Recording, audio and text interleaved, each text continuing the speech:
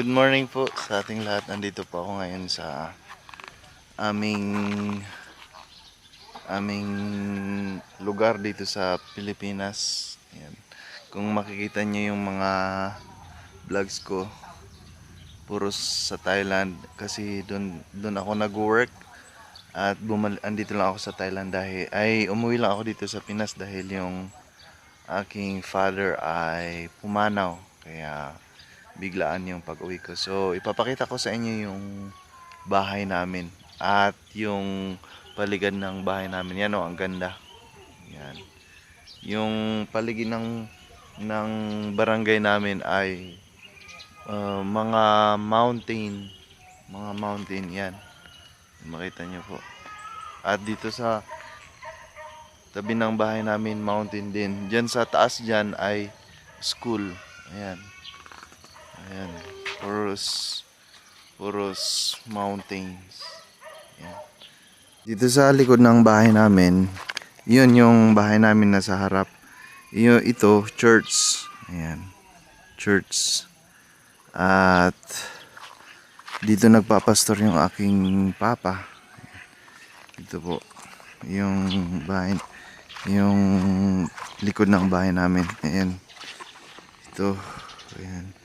At dito sa taas, dito namin nilagay yung pension ng aming father. Ayan po siya. Ayan. Fresh na fresh pa. Saka ito. Dito may mga flowers. Bali ito mga flowers. Yan dito nakapaligid yung mga dito siya nakatanim kasi dyan sa baba ay kalsada. Ayan, kalsada dyan hanggang doon. Dyan sa harap ng bahay namin.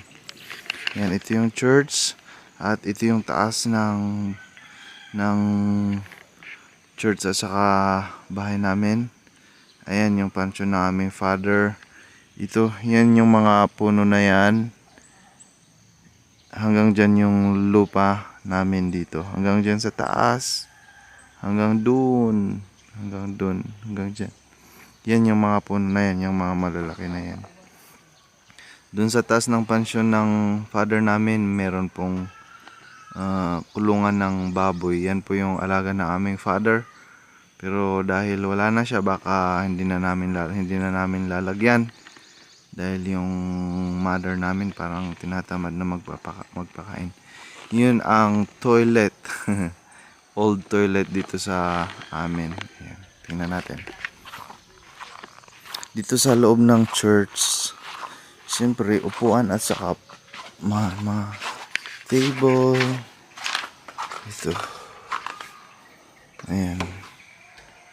Ayan siya. Okay. Upuan at saka table. Doon yung pulpit. Okay. Hindi pa siya tapos talaga. Dito nagpapastor ang aming father. Ng mga pictures. Dito yung tithes and offering, mga envelope po nila. Ayan.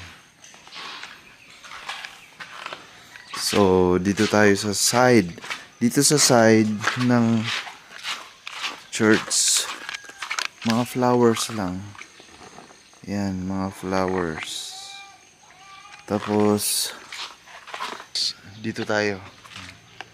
Dito naman, sa side dito, ayan. Ito yung side niya. May verse na nakalagay. Ito yung paligid ng bahay namin dyan. Kapit bahay na namin yan. Ayan. Saka dun.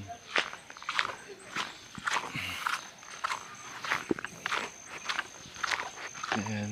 Tapos ito yung side. Ito yung hangganan ng church.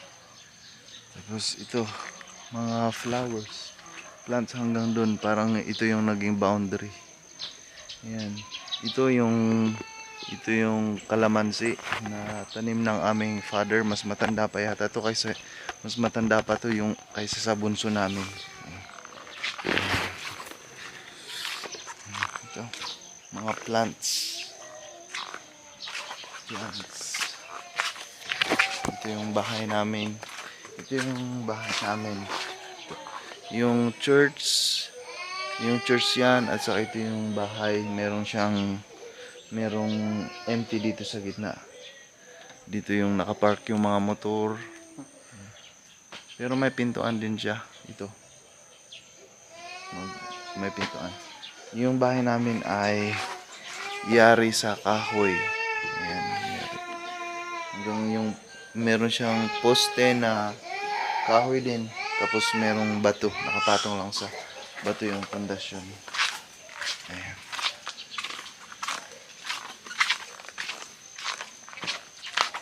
Ito yung side niya.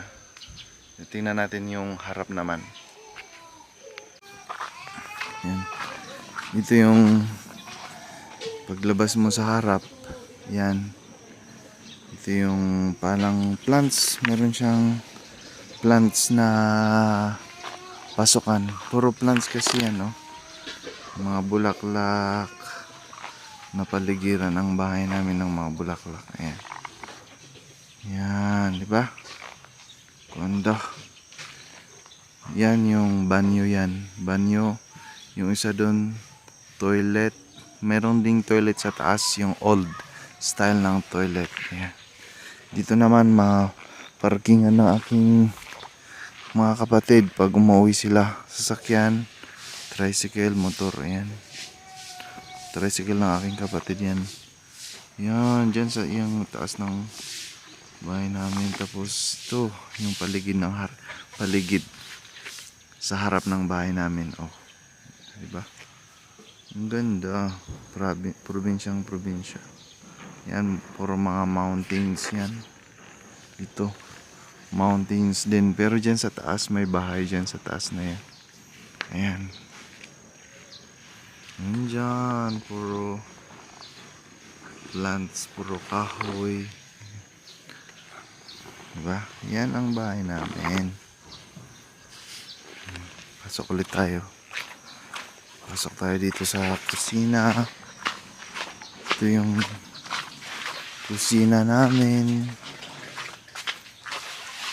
Oh, yan yung sabi kong banyo. Yan. Yan yung banyo. Yan yung toilet. Ito yung pasok sa bahay namin. Ayan. Ito yung dalikan. Diba? Ganda. Saan ka pa?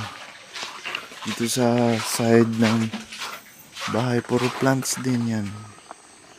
Plants. Mahilig yung mama ko magtanim ng mga plants. Lababo.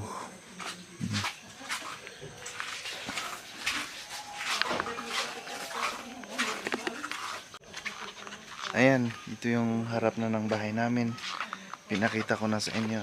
Yan, ito yung bahay namin dito sa probinsya.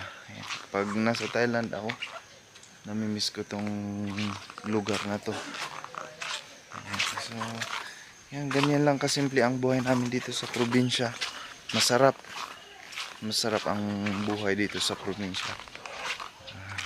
Ayan. Okay, so yun lang po.